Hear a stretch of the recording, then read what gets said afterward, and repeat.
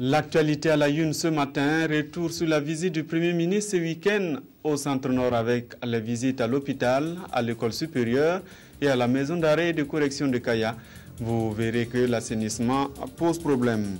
Après Gao, Tombouctou, entre les mains des forces franco-maliennes, les forces sont entrées dans la ville historique dans la nuit d'hier à aujourd'hui sans aucune opposition. Bonjour, bienvenue au 13h15 de la télévision du Burkina. Le 20e sommet des chefs d'État et de gouvernement se poursuit à Addis Abeba. Ouvert hier, le sommet a mis l'accent sur la résolution des conflits en Afrique. Le Mali et le Congo ont naturellement dominé les débats. Nos envoyés spéciaux à Addis Abeba vous proposeront des images dans nos prochaines éditions. En visite au Centre-Nord, le chef du gouvernement a lui rendu visite à l'école supérieure polytechnique, le chasseur de Kaya. Il est aussi allé à la maison d'arrêt et de correction en mal à son assainissement. Nyarkiteda. Secteur 4 de Kaya, c'est là que se trouve la maison d'arrêt et de correction de la localité. Le régisseur et ses hommes reçoivent le chef du gouvernement, une première dans l'histoire de l'établissement selon ces derniers. Une occasion alors pour eux de présenter leurs préoccupations au Premier ministre. Manque de logistique, de clôture, insuffisant de personnel, manque de magasins pour stocker les vivres des détenus sont là quelques problèmes énumérés. À ces problèmes s'ajoutent des questions d'assainissement. Les fosses septiques sont remplies. Certaines ont cédé. Conséquence, les eaux usées passent devant les concessions des riverains et stagnent même aux alentours de ce forage du quartier. Ce que nous avons vu est inacceptable et donc j'ai demandé au ministre que les dispositions soient prises rapidement pour qu'il y ait des fosses septiques dignes de son nom, afin que les populations riveraines effectivement n'en souffrent pas. Parce que finalement, on a l'impression qu'elles-mêmes sont dans une prison. Et je crois que ce n'est pas normal. Je crois que ça, il faut rapidement régler cette question d'assainissement. Par contre, au CHR de Kaya, le chef du gouvernement est d'entrée séduit par le dispositif et la propriété dans l'enceinte de l'établissement.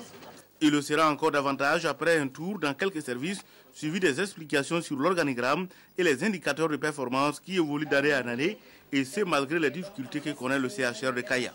Il y a la malnutrition qui est là, et comme le docteur Boli l'a si bien dit, en tout cas c'est un problème au niveau du CHR de Kaya lié à la pauvreté. On n'a pas une réanimation polyvalente au CHR de Kaya. Donc vous voyez que nous avons des problèmes avec nos bouteilles d'oxygène. Il faut un service de réanimation qui couvre tout l'hôpital. Cela manque au CHR de Kaya. Il manque une aire de lavage pour les accompagnants. Il manque des cuisines externes. Il manque un réfectoire pour le personnel. Il manque une salle de conférence. Il manque l'électrification du CHR. Toute la cour n'est pas couverte. La directrice générale de l'hôpital de Kaya reste convaincue que si les problèmes sont aplanis, l'hôpital jouera pleinement son rôle.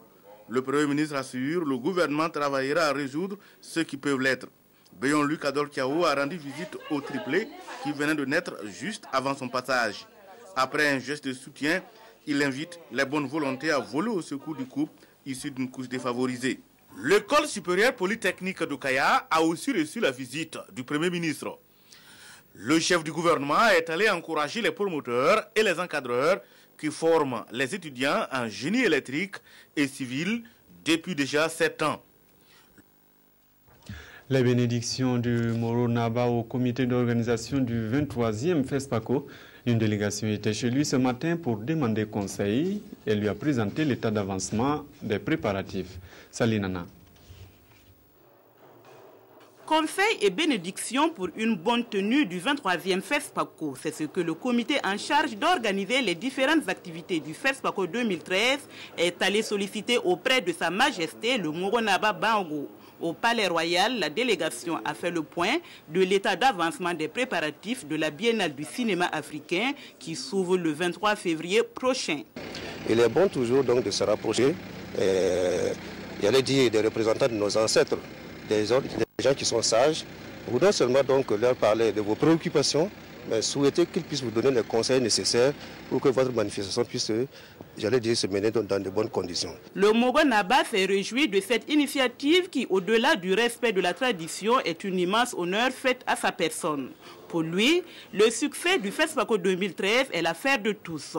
Il souhaite donc une cohésion au sein de l'équipe afin que la manifestation se déroule sous de bons auspices.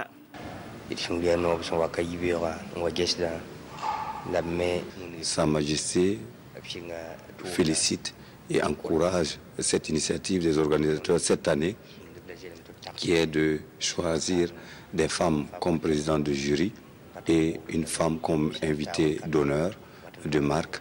Et Sa Majesté dit qu'à l'image de traditions et des coutumes Mossi de Ouagadougou, la femme est au cœur du succès de nos coutumes, de nos traditions Mossi du royaume de Ouagadougou.